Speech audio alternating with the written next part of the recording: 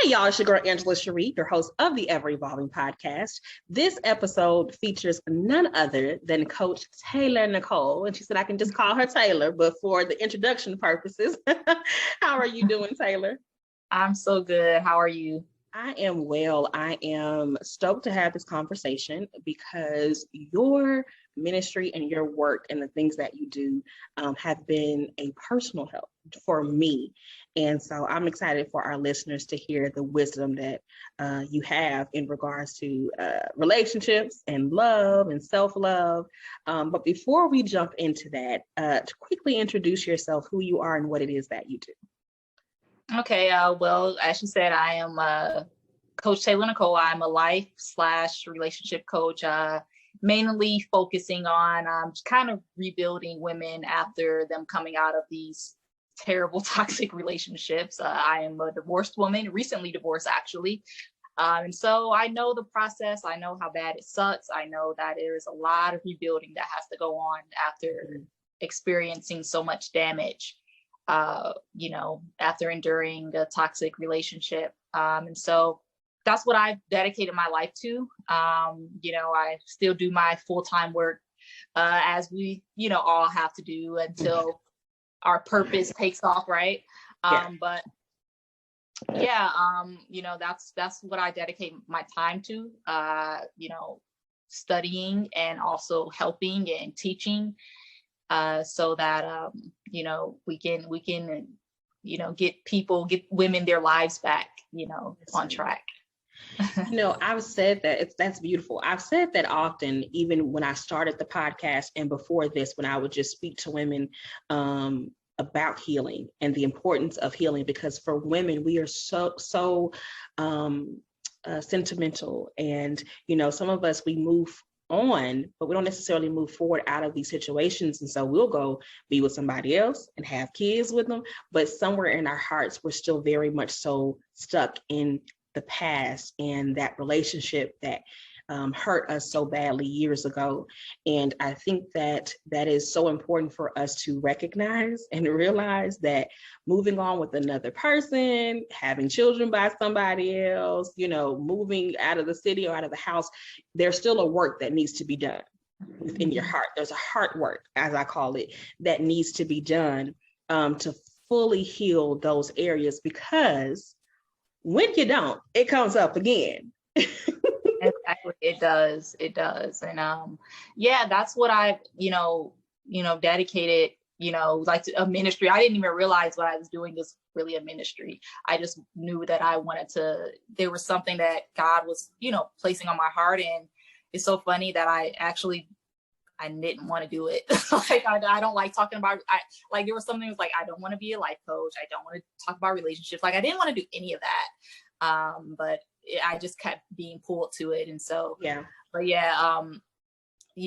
it is a hard work. It's a lot of work.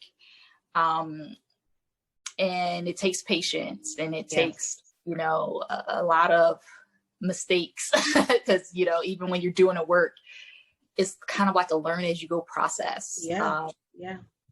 And so, I'm just glad to see that more women are waking up and realizing that, they have to put in the work if they want to move forward and break free of, the chains of bitterness. Listen, because bitterness is not cute, okay? It is not cute. So how did you go from not wanting to necessarily do this work to, what was that inspiration to push you on this path? Was it your personal life? I know you said that recently you've gone through a divorce, but what made you initially start this work out for women? God just kept pushing me to do it. Every other direction I wanted to go, he just shut it down. He was just like, absolutely not. We're not doing that.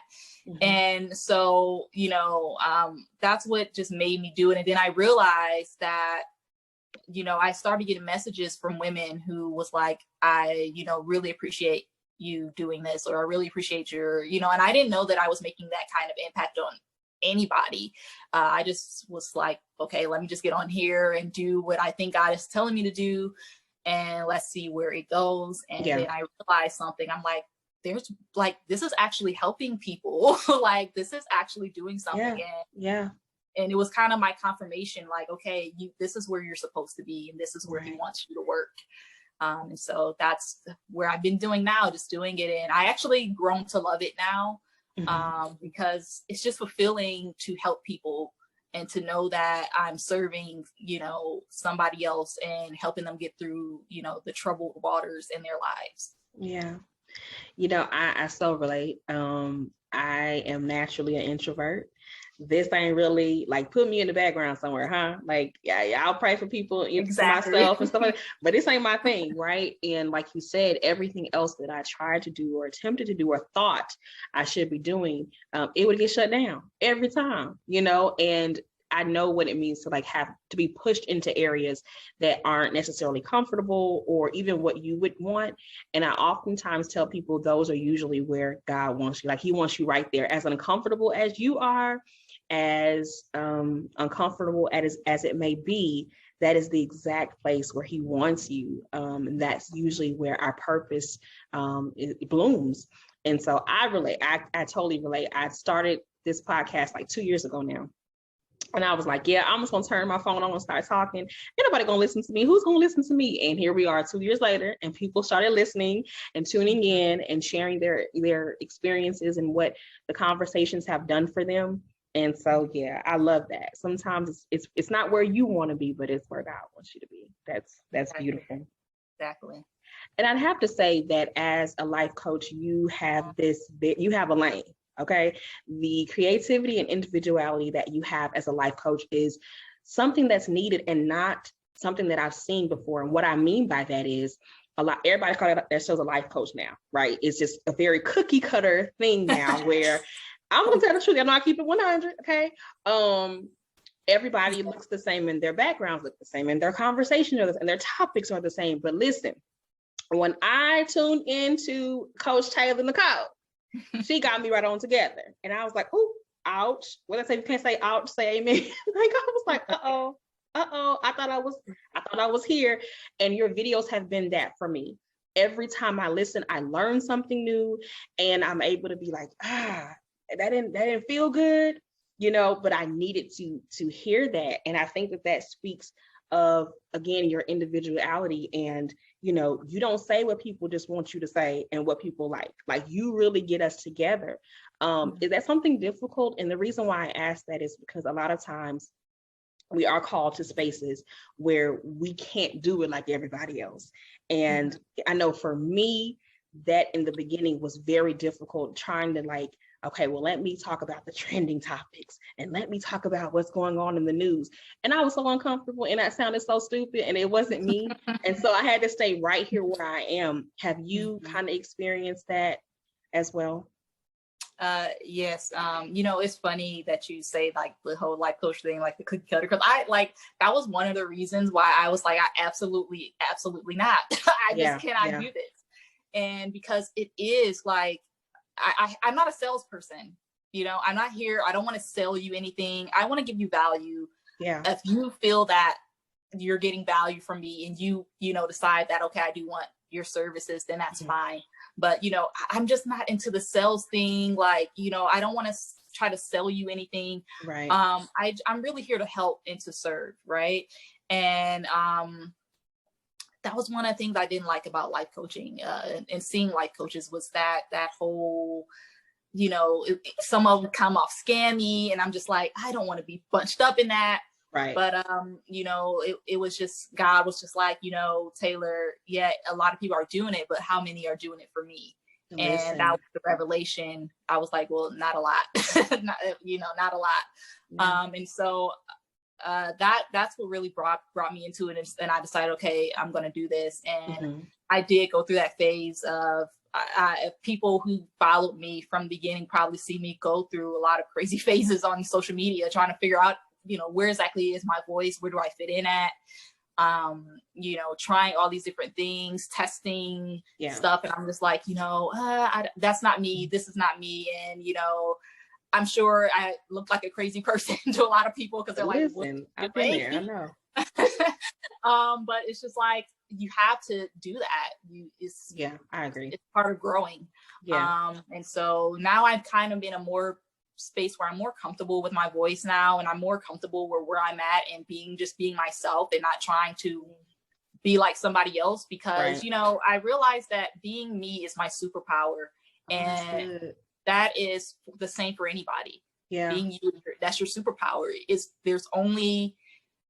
There's certain people that God has anointed only you to be able to lead them, and you can't lead them if you're not being you.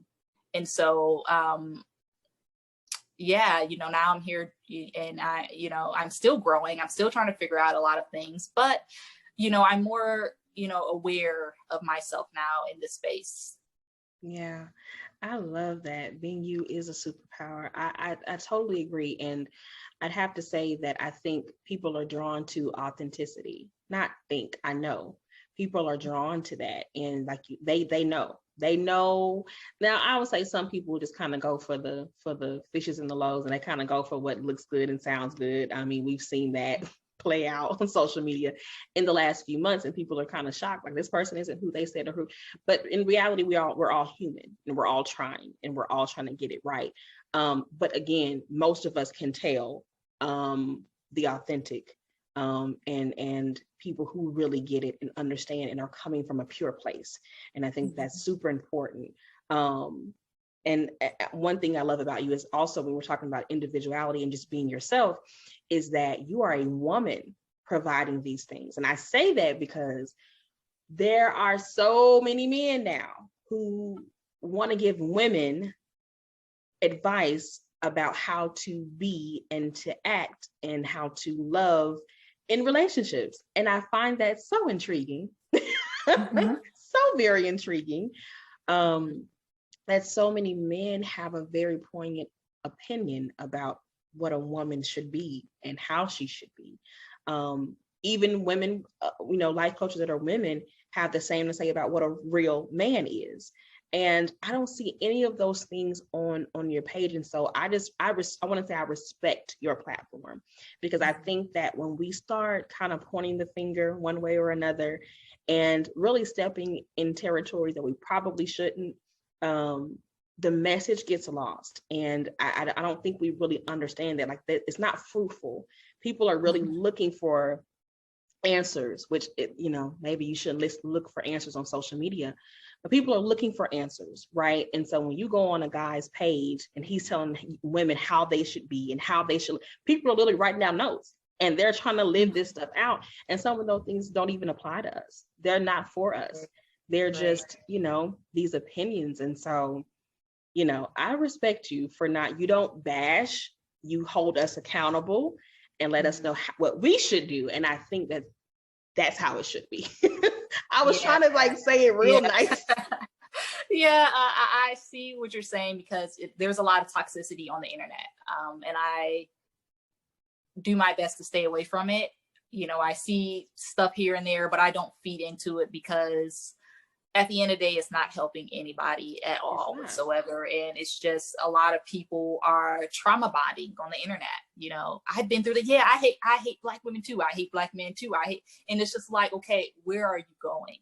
Right. Where are we? What progress are we making? Right. When are we going to look at ourselves and say, this is what we need? When are we going to start giving effective solutions that's going to push us to that next level in growth? We're not seeing a lot of that on the internet. And so that's where I try to stay true to. I want to stay true to that. I'm not here to bash anybody or make anybody feel bad. Right. I'm a human. Okay. Yeah. I've probably done more things than I would like to admit. That was just jacked up. Right. And so I've learned from those things. I've grown from those things. I'm trying to teach those things to other people. I'm not looking to make anybody feel bad.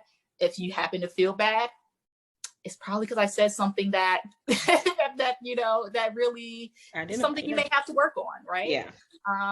But that's life. We all have things we have to work on, and so that's my aim. Yeah, I love that. Thank you for helping me out, because I was trying not to say too much, but you got what I meant. And I think that I want to add this. I think that we do have to use discernment and making sure that where we're tuned into and the platforms that we are tuned into, that they are helping us, and that it's not a gimmick and it's not a scam. Look at people's fruit. You know, like you said, none of us are perfect. There are conversations that I have that I'm yet working through, and God is still working on me in. And some days I get it right, some days I don't. But I think that overall, I always say that I'm coming from a place of progression, not perfection. And I'm always going to say that because I know that I'm ever evolving and that God is continuously working on me. So just pay attention, y'all. And I'm saying that because I've seen a lot of women harmed. And we're talking about women going through, renewing their minds and getting over toxic relationships. But a lot of our toxic relationships are based on what we've seen on social media and what men have told us we should be and should do, and how we should love and how we shouldn't do this, and we've been so hard on ourselves and trying to meet this criteria that doesn't even really apply to us. And so I think that that's a part of renewing our minds and not feeding our minds with things that are not helpful. And in talking about that, what are some of the things? I know that this is the work that you do, so we don't want to give it all to them. But what are some of the things or some of the steps that you kind of start ladies off with when it comes to healing from toxic relationships and renewing their minds? Oh man, one of the first things that I think that is important for a woman to do when it comes to coming out of a toxic relationship is you have to let go of shame.